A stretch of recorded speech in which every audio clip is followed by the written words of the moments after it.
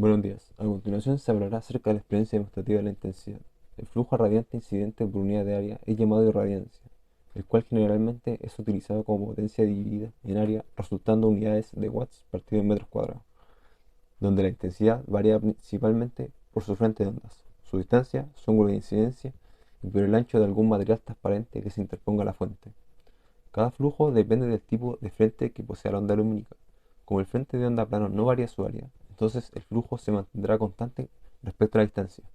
Por otro lado, el frente de onda esférico disminuirá con la razón del inverso al cuadrado de la distancia. Por ende, la intensidad de un frente de onda plano de ondas se mantendrá constante al variar su distancia y la intensidad en un frente de onda esférico variará con el inverso de la distancia al cuadrado. Por otro lado, la intensidad no solo varía con la distancia, sino también con el ángulo de incidencia. Lo anterior mencionado es llamado ley del coseno y describe que las intensidades es igual a la intensidad inicial multiplicado por el coseno del ángulo de incidencia. Finalmente, podemos utilizar la ley de Beer-Lambert para observar la disminución de la intensidad con el espesor óptico, donde alfa es el coeficiente de absorción del material y d es el espesor. Los láseres utilizados en los laboratorios son láseres gaussianos, los cuales poseen un ángulo de divergencia causando un aumento en el ancho del frente de onda en función de la distancia recorrida. Si bien el efecto no se puede corregir totalmente para cualquier distancia, construyendo un expansor de haz con dos lentes convergentes, el efecto puede aparecer a distancias mayores. Estudiamos por separado el cambio de intensidad debido al ángulo de incidencia, la distancia y el aumento de espesor óptico en fuentes de onda plano y esférico, un láser y una ampolleta respectivamente. Primero construimos un expansor de haz con dos lentes convergentes. De ese modo, el frente de onda se mantuvo plano durante una distancia mayor.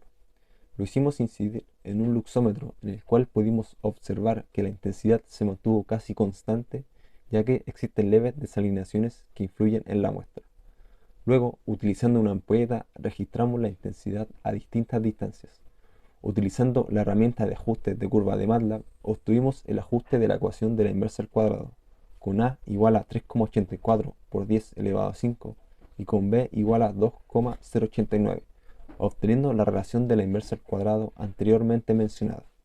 En la ecuación anterior, y corresponde a la intensidad con distancia x e intensidad inicial a, si uno quiere analizar el cambio relativo de la intensidad, solo basta con dividir por la intensidad inicial y el máximo corresponderá a 1. De ese modo, solo se verá el efecto producido por la distancia. Para estudiar la ley del coseno en el frente de ondas plano, incidimos el haz sobre un luxómetro y posteriormente registramos los datos a medida que lo rotábamos. Para el frente de onda esférico utilizamos un piranómetro en vez de un luxómetro, donde realizamos el mismo procedimiento anterior, obteniendo así los dos gráficos.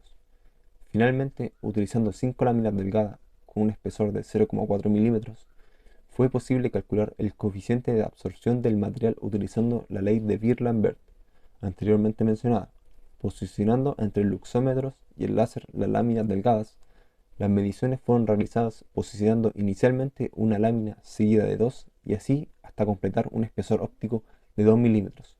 Obtuvimos alfa igual a 0,42 con unidades de la inversa del milímetro y con intensidad inicial de aproximadamente 404 luxes.